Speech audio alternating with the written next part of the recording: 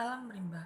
Perkenalkan, nama saya Nurina Elizabeth Simanjuntak dengan NIM L1A1200078. Di sini saya akan memberikan sedikit penjelasan tentang materi pengelolaan hutan produksi lestari, di mana di sini ada kerangka kerjanya dalam pengelolaan hutan produksi lestari yang dibagi dua, yaitu yang pertama mandatori yang bersifat wajib seperti FPC dan LK atau legalitas kayu. Kemudian ada voluntary atau yang bersifat sukarela.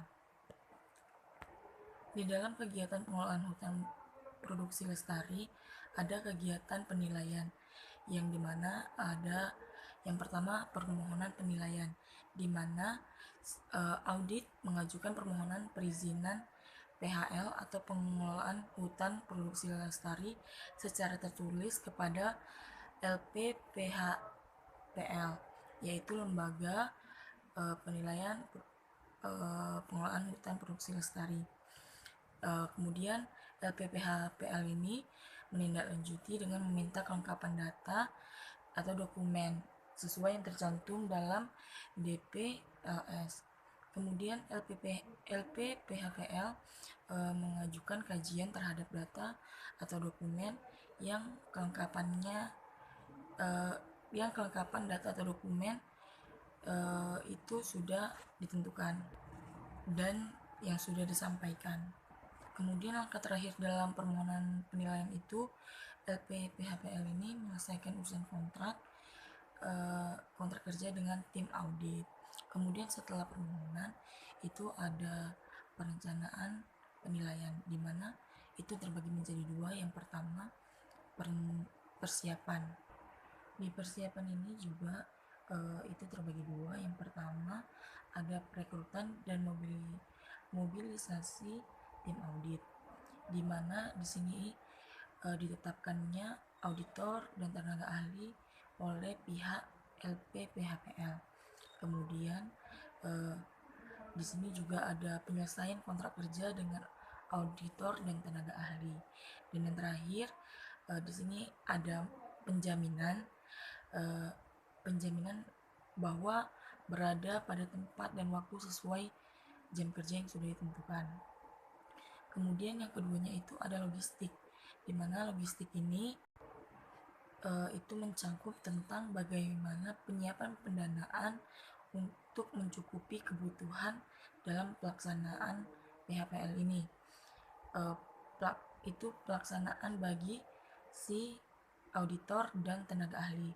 Kemudian yang kedua itu menyediakan kebutuhan administrasi dan peralatan kerjanya.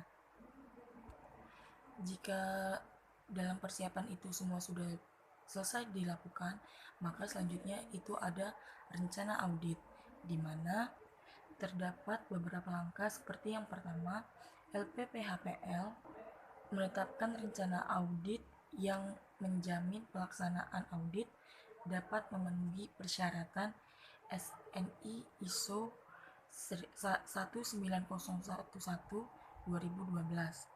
Kemudian LPPHPL ini menyampaikan pemberitahuan kepada direktur untuk diterbitkan surat pemberitahuan audit kinerja PHPL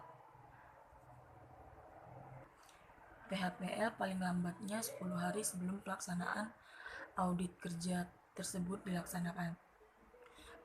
Kemudian berdasarkan poin yang kedua tadi, direktur juga menerbitkan surat pemberitahuan yang diberikan kepada dinas provinsi, kepala balai dan atau SKPD terkait untuk diberikan pelayanan.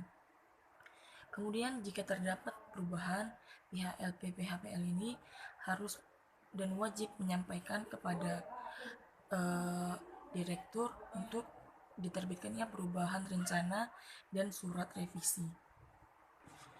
Jika kegiatan dalam persiapan seperti perekrutan, mobilisasi, serta logistik ini sudah dilaksanakan, maka dilanjut dengan kegiatan pelaksanaan penilaian. Di pelaksanaan penilaian ini terdapat dua langkah, yaitu tahapan audit 1 dan tahapan audit 2, di mana tahapan audit 1 terdapat kegiatan yang pertama melakukan verifikasi dokumen, kemudian yang kedua mempelajari kondisi lapangan audit, dan yang ketiga itu melakukan diskusi dengan audit untuk menentukan kesiapan audit tahap 2, dan yang keempat menentukan metodologi penelitian, dan yang terakhir itu yang kelima yaitu mengumpulkan informasi penting terkait lingkungan sertifikasi PHPL, dan yang terakhir mengkaji alokasi sumber daya untuk pelaksanaan audit tahap 2 dan persetujuan audit mengenai rincian audit tahap 2. Kemudian jika itu audit tahap 1 telah selesai, dilanjutkan dengan audit tahap 2, di mana di situ terdapat koordinasi dengan instansi kehutanan, di mana tim audit berkoordinasi dengan dinas provinsi dan balai serta balai pemantapan kawasan hutan setempat sesudah dan sebelum penilaian lapangan. Kemudian kepala balai melakukan pengecekan, dan kemudian pemantapan hutan ini tidak berkedudukan di provinsi tempat pelaksanaan penilaian kinerja. Yang terakhir, biaya koordinasi ini tidak dibebankan kepada LPPHPL. Di audit tahap 2 ini juga ada yang namanya konsultasi publik, di mana kegiatan ini berguna untuk menampung aspirasi, saran, dan masukan yang terkait dengan kegiatan operasional audit.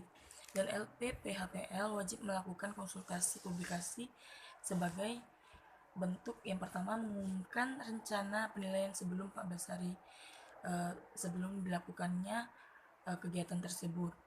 Kemudian mengumumkan rencana pelaksanaan verifikasi paling lambat 7 hari sebelum pelaksanaan. Yang ketiga, tim audit mengadakan konsultasi dengan masyarakat secara langsung. Dan yang keempat, tim audit wajib mendokumentasikan kegiatan tersebut. Dan yang kelima, kepala balai memantau konsultasi publik. Setelah kegiatan-kegiatan itu selesai dilaksanakan, maka selanjutnya kegiatannya yaitu dilakukannya pertemuan pembukaan.